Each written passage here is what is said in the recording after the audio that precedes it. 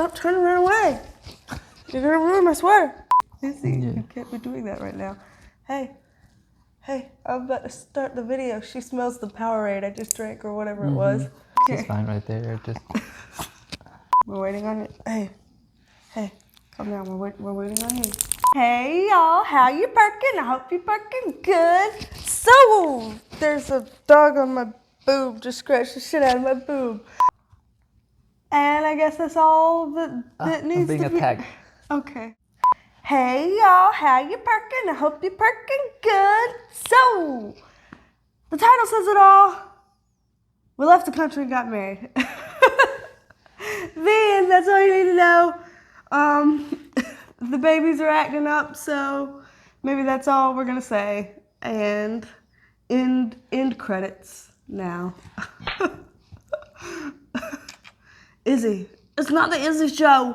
This is about your parents. We have to do this. We just want to film a very brief. We want to film a very brief video. Scoy, we want to film a very brief video. You're so cute though. Okay. So, anywho, just for anybody that might be new to the channel and hasn't known about Rico. I was gonna say Julio, but I forgot that's not my name. It is, but it isn't. So yeah. He's like, I forgot. That's not my name. Yeah. His name really is Julio. Yeah. That really is his name. But she never calls me Julio. No. Call you. Maybe.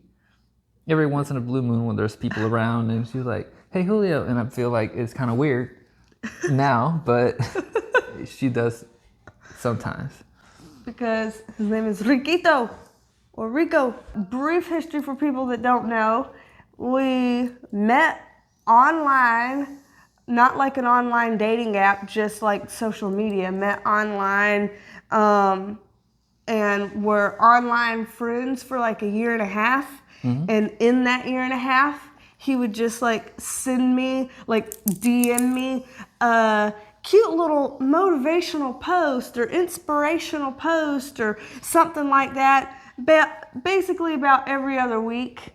And I'd roll my eyes and be like, oh my gosh, Alma, to my twin sister, Alma, this creeper keeps sending me some kind of motivational whatever, like every other week. I'm gonna block him. And I would talk to Alma, and Alma was like, yeah, if you like her, just go ahead and, text her. Yeah, just tell her. Just tell her. And I'll be like, okay, so I would talk to Alma a lot. And Alma would be giving him shit advice. Yeah. He's like, yeah. Yeah, so we were, friends, but I used to talk more with Alma than with her at the beginning, then that changed, but yeah, she would be giving me good advice, by the way. She'd be giving you shit advice, telling you to keep talking to me, and I'm like, what a creep. And so I'd tell Alma, I'm like, I'm gonna block his ass. And she's like, don't block him, he's harmless, and what was it? Something and harmless? Sweet and harmless, cute and harmless. There was something like that. Something like he's sweet and he's harmless, or he's cute and he's harmless, or whatever. And so she's like, don't block his ass. So anyway, we were friends like that for a year and a half, where I kept saying I was gonna block him, and Alma kept telling me not to. And then he decided to move this way because he was living out in Mexico, and like born in Texas, raised in Mexico your entire life, like 30 years almost in Mexico. And so he decided to be crazy and uproot his entire existence and move 1,400 miles away from his everything there and move over here. And so we started dating. I gave it a shot. I quit saying I was gonna block him. But we started dating before I moved. Yeah. When we started dating, before I moved here, we would go and visit each other about once or twice a month and fly, to see each other. Yeah, probably about, some months would be twice a month, some months it would just be once a month, and we'll have to wait, until we'll get a couple of days off or something. It's not affordable to fly that often. Yeah, and so we were having to hodgepodge it together, but then once we got here... Until I finally moved here. Yeah. It was way easier to see each other. Yep. and then we just started dating and have dated for 3 years now.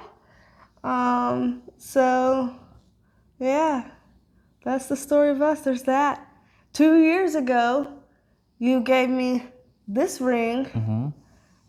Tell them about what the hell was wrong with you that prompted you to do that, and what was going through your head. It's like a promise/engagement ring. I wanted to give you a sapphire, but I also wanted to give you something that had diamonds, because I know that's my your birthstone. Your birthstone.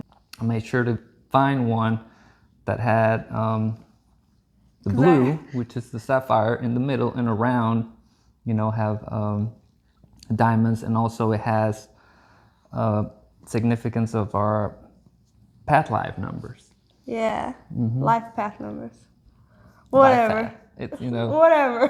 Life path, past life, whatever the fuck. Yes. Well, you know what I mean. So yeah, he gave me that on the winter solstice 2 years ago, because I have been pretty against marriage for myself for a long time, because I've been married before and got divorced from some really bad infidelity, not on my part, that we tried to work through and didn't work through. And so I'm like, I ain't going through something that painful again.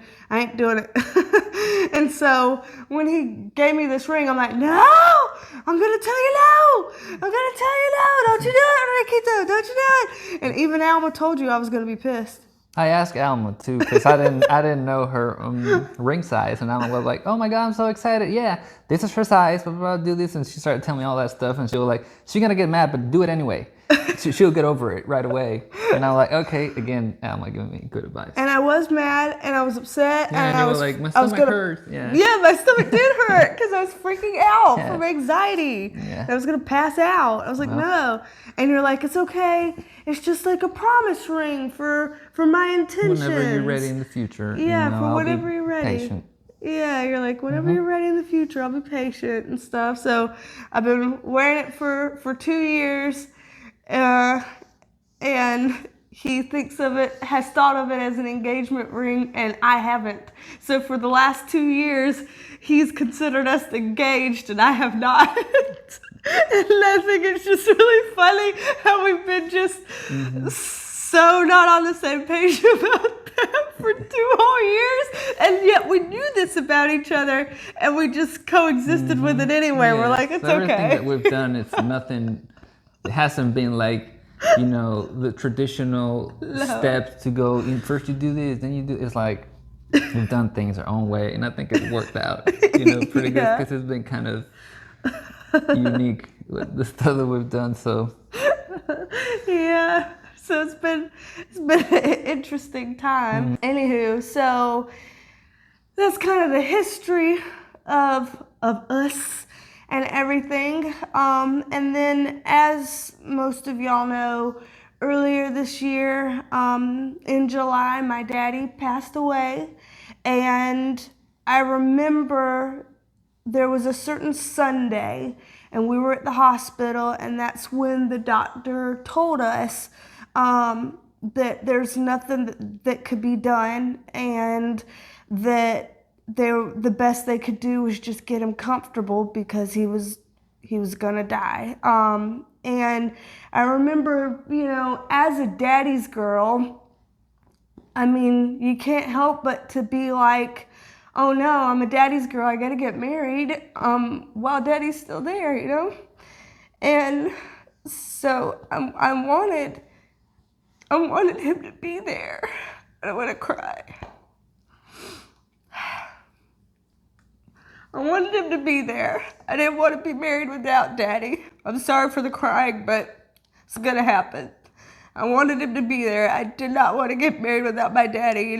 Your daddy's supposed to walk you down the aisle and stuff like that. And even if I've been married before, I've never had a wedding before. I've never had a ceremony before. It was like, just sign the papers in front of the people who you're legally allowed to do that. And that's what it was.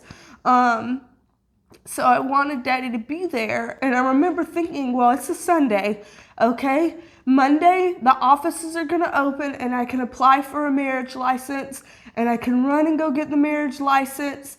And so I went to try to do that, but in the state of South Carolina, and maybe in other states too, when you apply for a marriage license, you have to wait a full 24 hours before you're allowed to go and pick up the marriage license for you to be able to use. It's a 24-hour wait. And so I remember on that Monday being like, I'm getting the marriage license so that we can be married while Daddy's here. You know, they said he's gonna die. We've got to do this while he's here. And we missed it. Because the 24-hour wait, he died on Tuesday. So, you know, if you apply on Monday and you have to wait 24 hours, Tuesday at 3:56 p.m. he was gone. So we missed it. And I was so upset with that for the longest time. But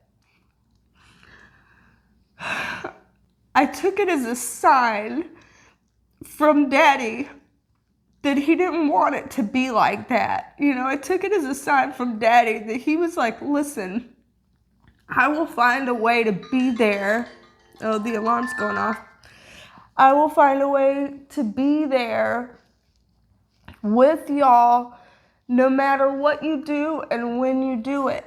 And, you know, I don't want you to get married and have this be your memory of getting married. I don't want your memory of getting married be signing papers in front of, you know, a notary or something in a hospital room as I'm dying.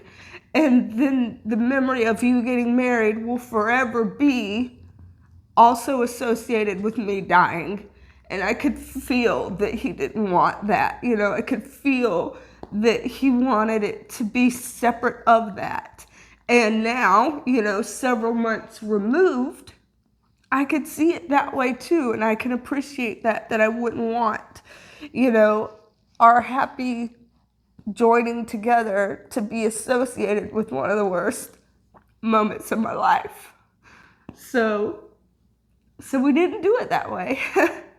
And it's good that we didn't do it that way. So I'm gonna get up and do that and try to compose myself so that we can tell you the happier parts of the story that worked out the way that they were meant to work out. And it felt really good. And then we want to share with y'all. So, one moment. Okay. And we're back and I'm composed. So, scooter. And all the puppies change positions. Change positions. Yeah. So what we decided to do to change things up is we decided to wait a few months from all the sad and horrible things to start to fade out and be a little less raw. So waiting until October from July to give some time to get some of the rawness over and process some grief for a little while. And then get comfortable, Scooter, for fuck's sake. There you go.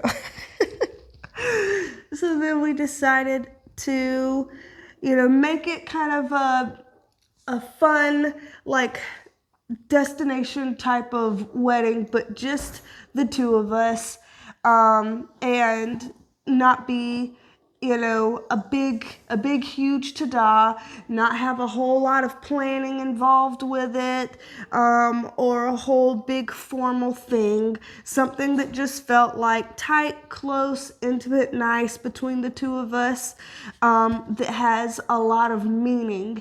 And that way it could kind of double as a honeymoon and wedding in one, because that's another thing, is in the past, the first time I got married, I also never had a honeymoon either. So we decided on Tulum, Mexico, because one, the significance of it being in Mexico, and I wanted to, you know, get married in a place where he had so many of his ties, because if I'm taking him on as half of me and taking on his last name, then I wanted to do this in a place that, you know, had a lot of significance to him. And I've been wanting to show you, you know, some part of Mexico for the longest, so I'm glad you got to see it and experience all of that in those places. Because for us, the marriage stuff was more about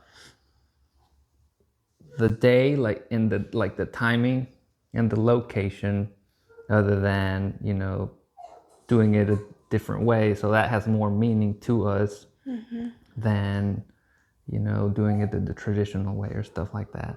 Yeah. So that's why we chose all that. Yeah. Yeah, and so we decided on Tulum for that, being that it's Mexico, and then in terms of the timing, we decided to get married on our 3-year anniversary. So that'll make it a lot easier. We don't have to remember any extra thing. We've already got that date in our memory pretty well. So already been using that day for 3 years now for us. So we decided to get married on the 3-year anniversary. And a couple of things that I really like about Tulum, specifically for me, is that the whole city of Tulum was a religious and ceremonial center, and a lot of the people who lived within the city were Mayan priests and other types of religious leaders. And I just thought that was really cool, given that spirituality is such a big thing for us. And because you can feel as soon as you start getting close, kind of like the vibe and the energy. But once you go in, remember the tunnel, and you get into the city and the ruins and all that stuff, you just feel it a lot more. So it's very special. Bodhi, I have a butt as a pillow. And another cool thing about Tulum that I found out is the original name of the city was Sama, and that stands for Place of the Dawning Sun. And I think that that's just a really cool thing, in my opinion, because it's just, you know, you're thinking about a place of where the sun comes up, and the sun is the dawn of a new day, the dawn of a new time, the dawn of a new era. It's supposed to be thought of as light and bright and warm and wonderful, and that there's, you know, a lot of meaning to that. My rising sign is Leo, and that is the sun. The sun rules Leo, and so that's a big thing for me as well. And so it was really cool, and we have two short video clips that we took of us in Tulum and the area that the two of us got married. You'll see how we took the tour around the whole city, but then how, you know, we ended up doing it at that specific location in the city. What we saw was we saw a butterfly. Right? Oh, yeah. We saw a butterfly when we were walking. I forgot about that because that was not on video. We saw a butterfly on a specific part. We were trying, you know, to take pictures or video because it was a white butterfly. Because we saw a couple, but that was just completely white. So we started. And I've never seen a completely white butterfly. No, I've seen white moths. I've never seen a completely white butterfly before, like a big one. So we started following butterfly, and then it led us to a part of the city that was close to the wall, where you could see the whole city.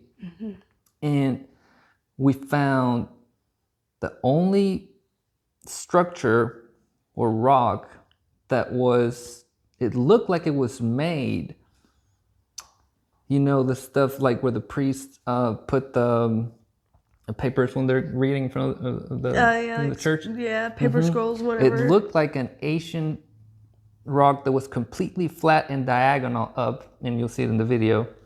and it was the perfect spot for us to put the papers and sign in the whole city that we saw, in the view and everything. So it was, you know, pretty special that that butterfly led us to that spot that we wouldn't have never seen. No, we would have never noticed that spot had the butterfly not. I forgot about the butterfly. Yeah, wow. See, thanks for remembering that for me. My memory sucks. Yeah, I remember everything. I know you do.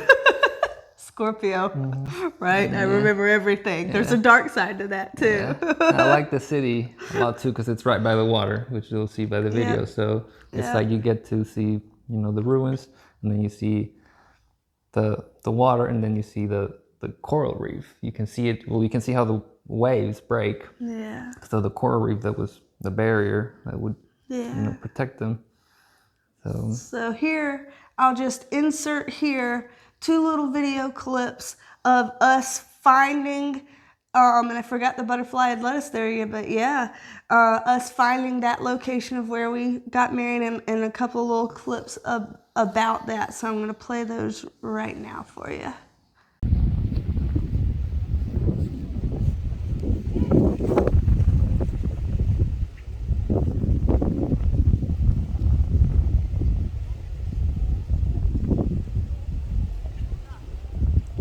Flat rock to sign the papers on, and the view as we do it. It's all the way over there. Nice and private, and there will be a witness, this female iguana to witness, and her husband, the male iguana, to officiate. Looks like we're set. Yeah, everybody accounted for.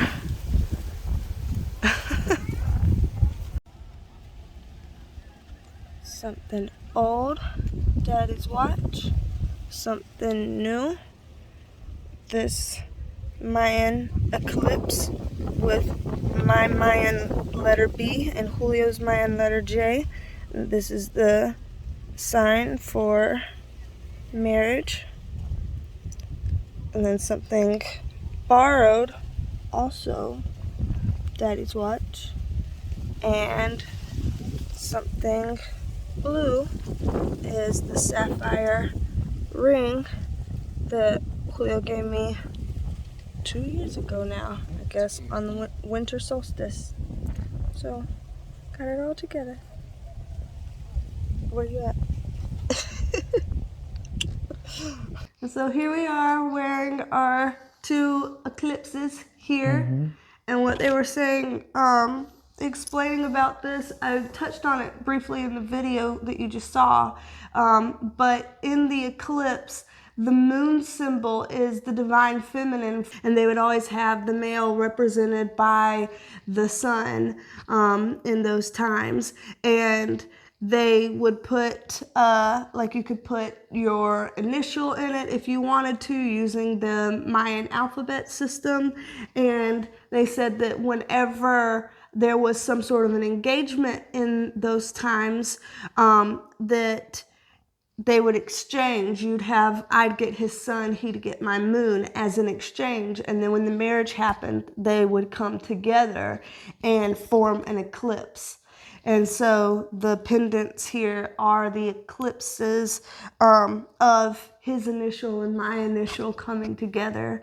So that was another thing of symbolism, that we didn't even plan this. This was something that came up when we came down there, that people who know a lot about the history of the area and about marriage and relationships in Mayan culture and tradition, they're the ones that told us about these and made these for us. So I thought that was really cool because that wasn't even planned. And then, of course, my ring, my wedding ring, I guess we could call it. There's a lot of significance to this too, because as I mentioned before, I had been married before, and when that went downhill and I got divorced, I took that ring and I was like, what do I do with this? This ring represents this failed marriage.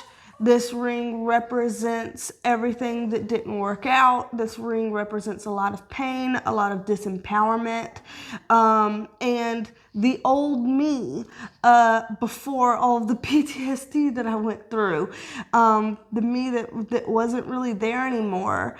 And so I was like, what do I do with this? I don't want to just like pawn it or whatever. I don't know, but I don't want to wear it. What do I do with this? So back then, and this is 7 years ago, I decided I was going to design a new ring that felt like it was some kind of an opening of a new life, of a new promise, of a new era, something that felt like it fit me in so many different ways. And I was going to design that and get that ring made partially using some components of the previous ring. And so that's what I did. I took the old set. It was a 3-ring set. And I got the metal melted down and reused. I reused one of the diamonds, the center stone, and then I traded in the other smaller diamonds for new smaller diamonds and made a completely different and new design. Different and new in that it's not only different and new to me, not only different and new in that the ring is no longer the same ring it was, but different and new in that it's a design that I had never seen before myself personally either. And I did this as a way to be like, I am still me. I am still that person that went through that horrible time in my life with the dissolution of that marriage. So to throw it all away would be a lie to myself that, oh, I'm brand new and fresh and that's not me anymore. No, I am still that person, but I am transmuted. I am transfigured. I am transformed into something else using those same pieces and parts that I once was. And so it's like there's some old in here and there's some new in here, which is exactly what I am. I'm a part of my old self and I'm a part of my new self all together, given new life. And the interesting part is when I made this ring, I made it because I wanted it to look like the roaring 20s, the vibrant opulence and success and better times, better days that the 20s were going to promise and bring ahead.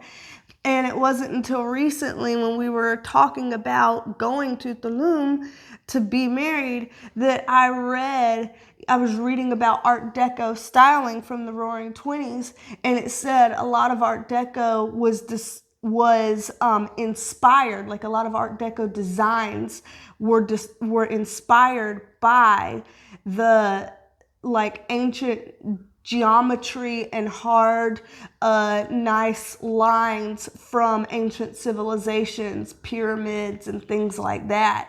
And I thought that was incredible that I designed this. And then 7 years later, which 7 is a very spiritual number, very meaningful number in numerology, 7 years later, I'm going to be wearing it and getting married in the place that has a lot of inspirational backing behind the design of this era. And all of that I would have never known when I did this 7 years ago. And so I just thought that was incredible too. So there's just a lot of symbolism going on in here, and we could talk all day about all the different symbolism and everything.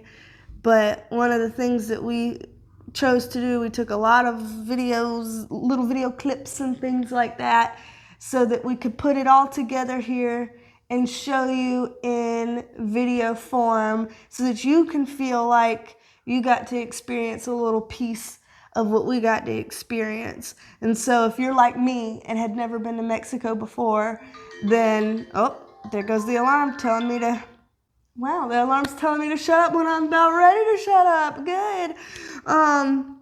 But yeah, if you're like me and hadn't had a chance to go to Mexico before, then maybe you'll see these video clips and you'll be able to feel like you're there. You'll be able to experience a little bit of what we experienced. And I want to leave that with you here. And is there anything else that you would want to kind of... No, just that the video, what you were saying about the video, that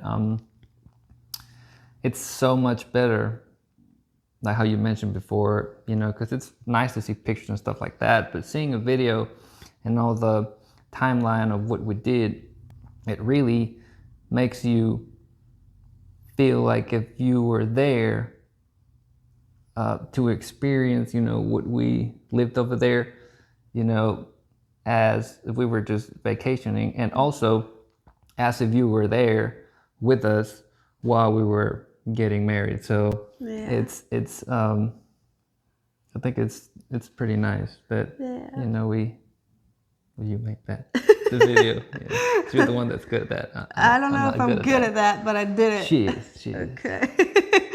And you'll notice that it's set to Mayan music. So it took me a million years to find some non-copyright Mayan-inspired music that I could use for y'all. And so I'll put the creator of that music, I'll credit them in the description box for doing that. A lot of Mayan music uses the flute and things of that nature. Drums, a lot and of some drums and things of that, yeah. And before you chose the music for the video, we heard we heard all that music. People playing it there, you know, at shows and stuff like that, and it's just exactly like that. Mm-hmm. Yeah, and so I just wanted to be true to those roots, as authentic as we could be with that. Pay homage, pay respects to the culture and everything. And the food, you to like the his food? Culture, to his food that is now my culture, and my food has been my food. I've been eating this. I've been eating the hell out of this shit for a long time already, but now I get to be legit with it. So, alrighty, y'all. I hope y'all enjoy the clips and everything that we mentioned here, and yeah, thank you. Bye, love you, me. Thank you. Bye, love you, me. Bye, love you, me. I'm gonna sleep. Bye, y'all. I'm gonna go to sleep on this butt. You're gonna go to sleep on this butt. They can see the butt now. You gotta go to sleep on this butt. You little butt. Little easy, squishy butt. Oh my gosh.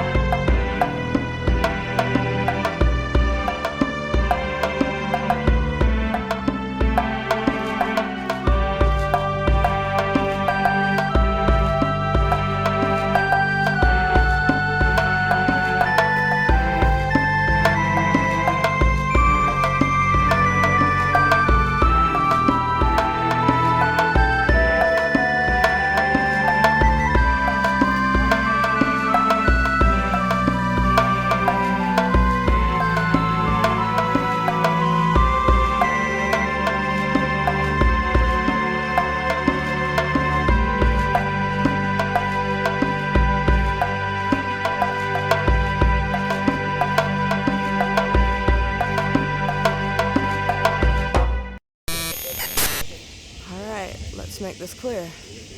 No alcohol. Let's also make this clear.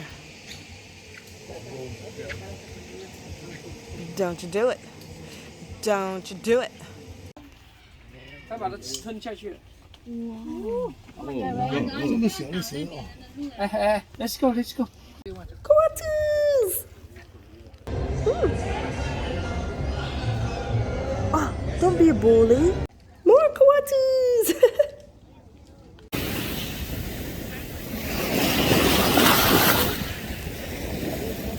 Did you step on the brown stuff? Did you step on the brown stuff? Then you lied! You lied! No, you're supposed to step on it! That's what you said! You said you were going out there to step on it! Mentiroso!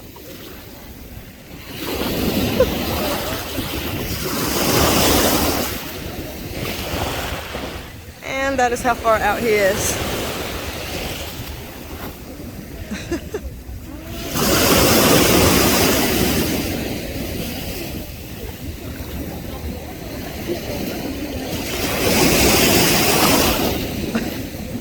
Are you feeling it now?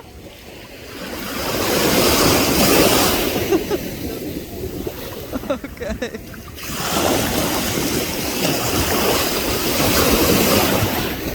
Take that as a no.